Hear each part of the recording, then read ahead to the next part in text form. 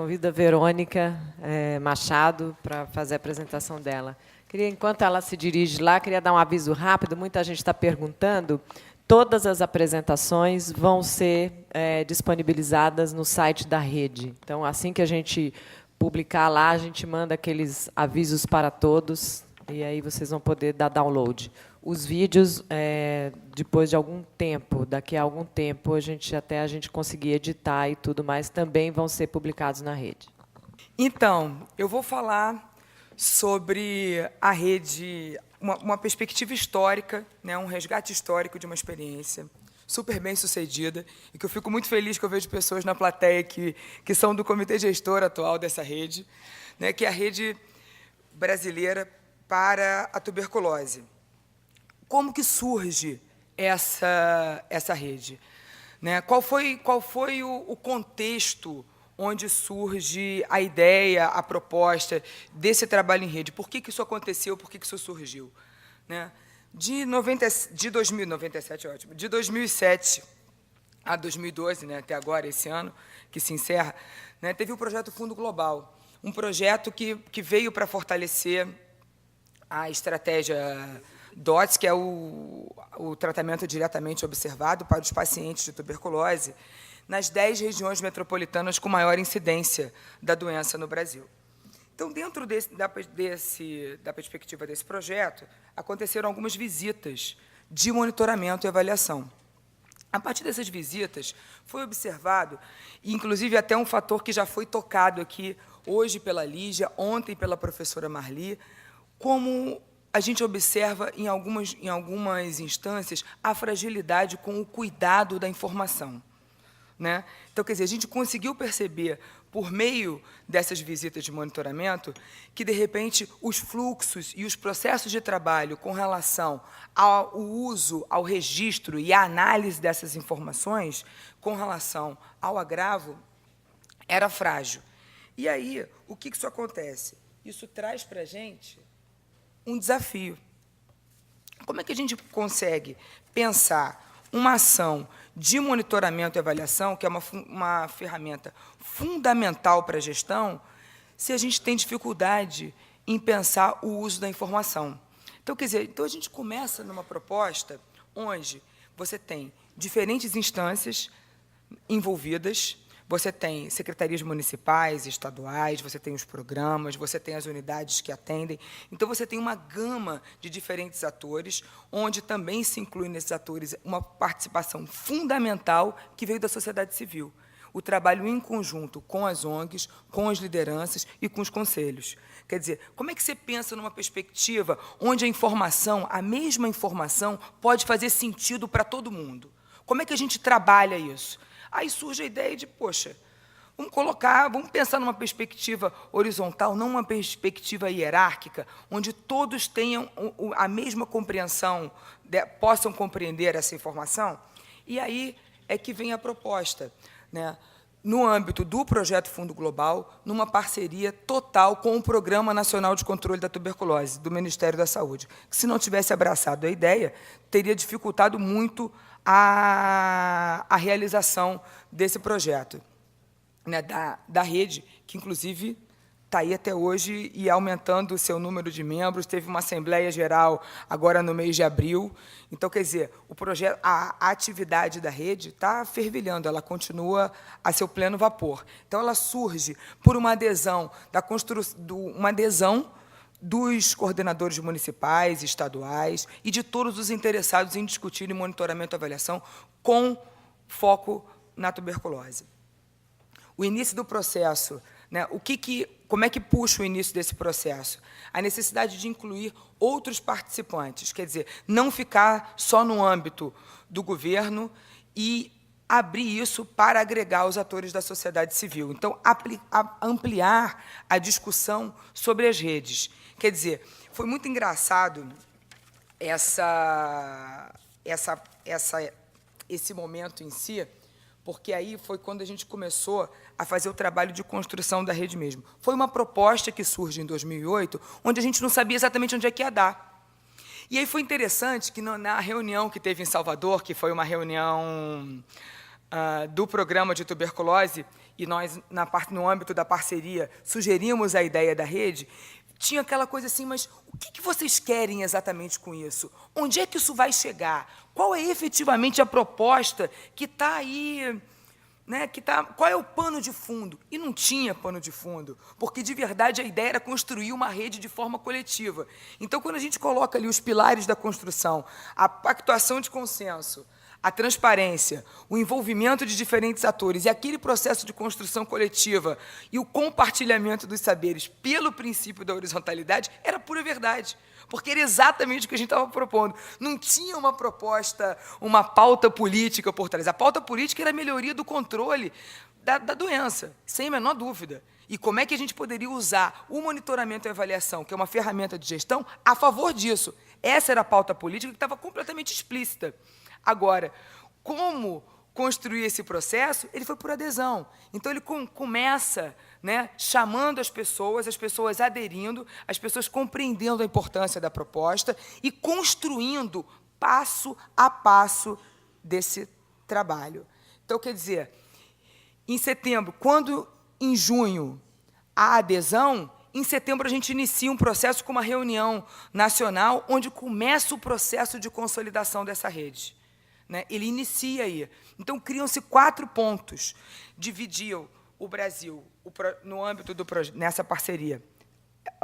Como eu falei no início, eram 10 estados. Então, os membros dos estados se agregaram da maneira que eles desejaram. A gente não determinou, não. A região Nordeste só com a Nordeste, a Norte, a Sul, não. O ponto 1, por exemplo, que é Rio e São Paulo, o ponto 2, Minas e Rio Grande do Sul. Ué, mas por que Minas e Rio Grande do Sul, a questão da logística? Porque foi por afinidade. Porque na hora que discutiu-se a proposta, os membros entenderam que essa seria uma maneira mais tranquila de tocar as discussões, as reuniões dos pontos, por conta das afinidades. Muitas vezes as experiências, e aí a gente começa a ver como o nosso país, que tem 27 estados, na verdade, ele parece que são quase 27 países, por conta da nossa dimensão continental. E aí, nessa mesma perspectiva, cria-se os pontos e elegem-se os animadores para trabalhar esses pontos. Né? E definiu o que ia acontecer. A comunicação ia se dar de maneira virtual, com fóruns de discussões e reuniões presenciais e uma assembleia anual. Então, esse foi o primeiro passo. Essa é a maneira que nós vamos nos organizar. Eita. Eu tinha que ter passado antes, mas tudo bem. Então, foi a mistura dos pontos. Eu acho que saiu meio turvo, não sei se vocês estão conseguindo enxergar direitinho. Está meio tonto. Está meio turvo? Está meio tonto? Não, mas é isso. A questão do movimento é justamente essa. A ideia foi, se misturam e se unem em pontos. Eram 10 estados que se uniram em 4 pontos especificamente. Deixa eu só voltar para lá, porque tem uma coisa muito legal que está aqui. Não, eu passei a apresentação toda. Gente, eu passei a apresentação toda. Está dando para reparar que eu estou um pouco tensa, né? Claro. Mas vamos lá. Você me ajuda aí?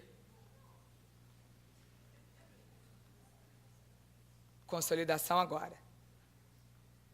Para vocês terem uma noção de como o processo foi tão democrático, essa logomarca que está aparecendo aqui dessas 4 mãos, Rede MATB Brasil, ela foi votada. Ela foi votada online. Então, todos os passos que aconteciam na rede passaram pelo processo democrático. Então, foi voto mesmo. Então, a pactuação de consenso e a perspectiva democrática aconteceu durante absolutamente todo o tempo. Bom, na sequência, o que acontece? Os animadores se reúnem e definem a pauta que vai acontecer nas reuniões dos pontos. Então, quer dizer, foi todo um processo de construção, inclusive da ampliação. Há necessidade, como é que você vai trabalhar a tuberculose só com gestor de tuberculose? Não. A tuberculose hoje não faz parte, né, da atenção básica? Não tem, os pacientes de tuberculose não são atendidos na rede de atenção básica? Para você ter o diagnóstico de tuberculose, você não precisa ir a um laboratório? Você não precisa do serviço do laboratório? E a coinfecção TB-HIV? Então, quando você olha para essa dimensão, você precisa. Não tem como pensar a tuberculose de maneira sozinha. Então, a própria rede começou a entender a necessidade de sua ampliação, de convocar os demais parceiros da saúde para que fizessem parte dessa discussão, porque as informações e a gestão dessa informação e desse conhecimento perpassava por todos esses atores.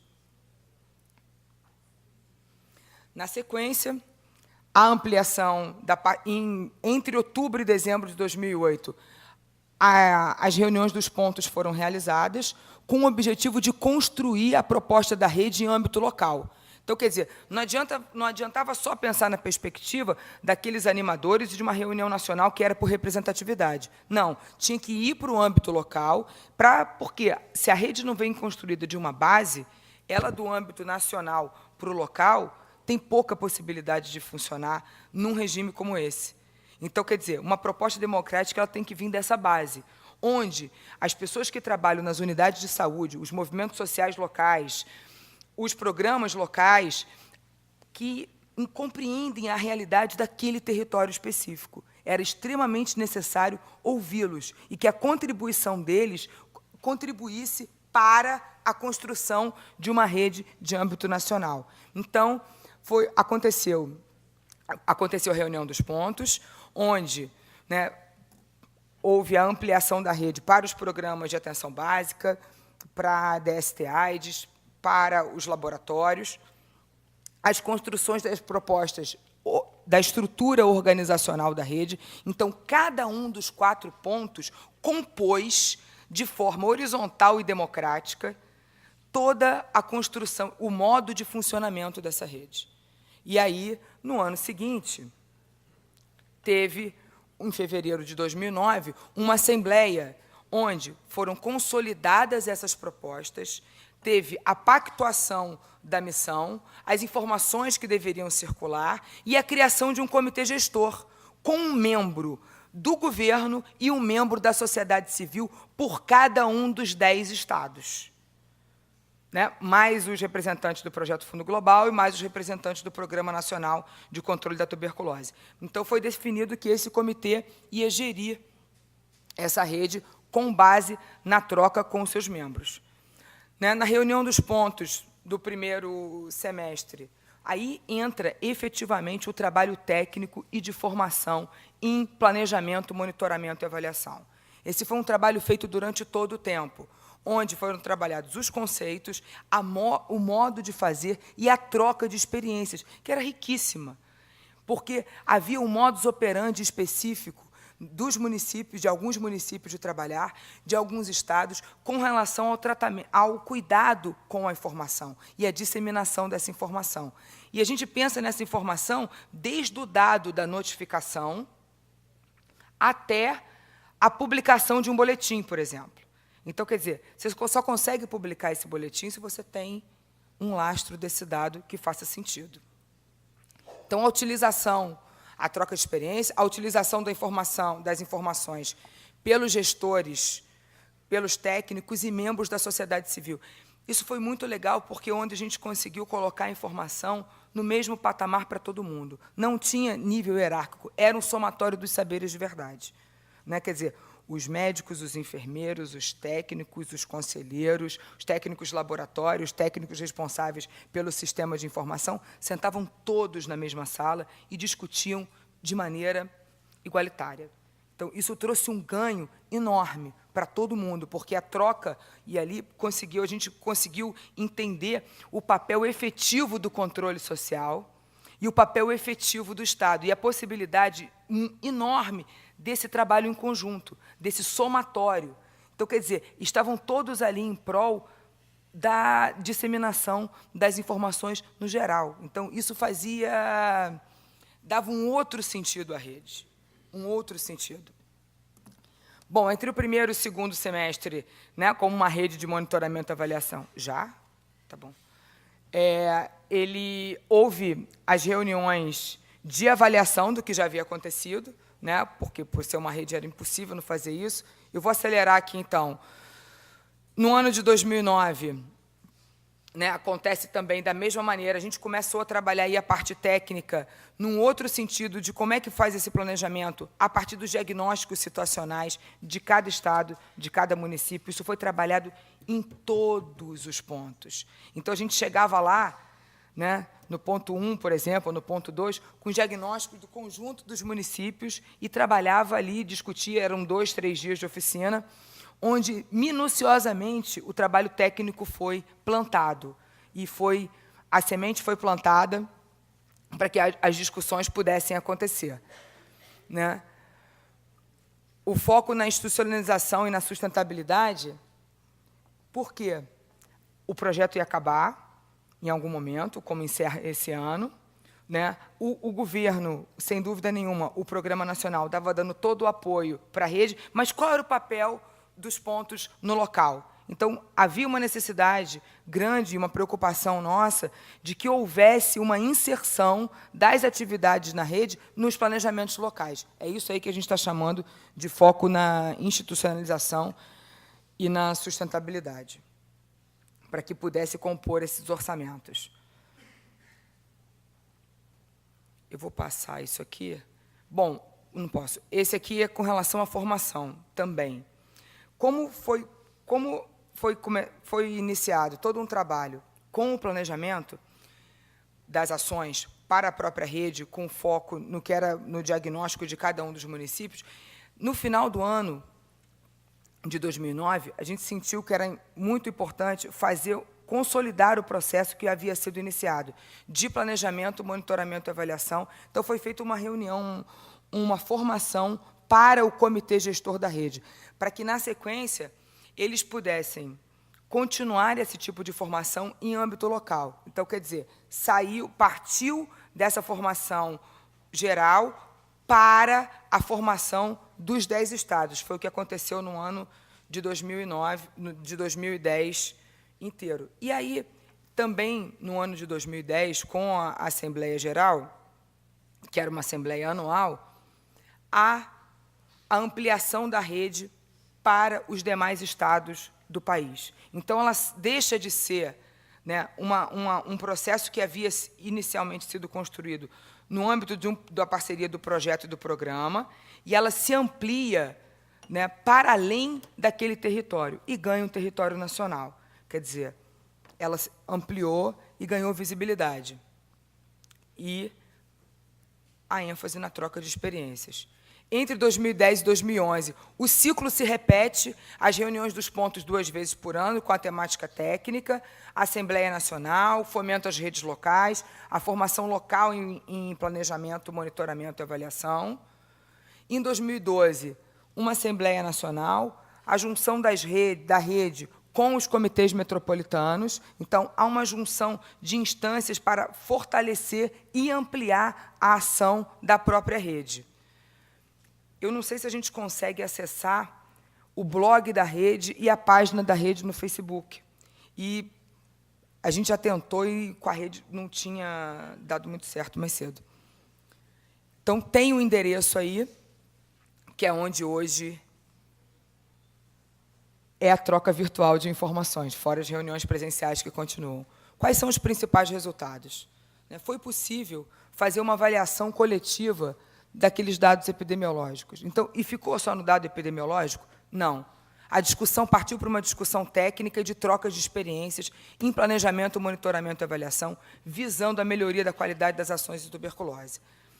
Formação de lideranças locais em planejamento, monitoramento e avaliação. Isso foi fundamental. Então, todo o processo de formação que foi feito não só por meio de treinamentos, workshops, capacitações, oficinas, foi o processo de construção da rede. Isso deu uma base de formação para essas lideranças locais, sem a menor dúvida, para que esse trabalho não morresse, para que ele continue vivo até hoje. A inclusão das ações de planejamento, monitoramento e avaliação nos planos governamentais locais. Então, passa a ser uma ação que foi, de fato, aderida, absorvida, incorporada pelos governos locais. Isso faz muita diferença. A utilização da informação por meio da aplicação prática. Então, de fato, pelos ciclos de reuniões anuais, as 2 reuniões dos pontos e a Assembleia Geral, a gente conseguia efetivamente colocar em prática o uso do planejamento, do monitoramento e avaliação, porque ele era praticado com frequência. Bom, aí tem uma foto, 2 fotos, uma de uma Assembleia Geral e outra de uma reunião do ponto, e é isso.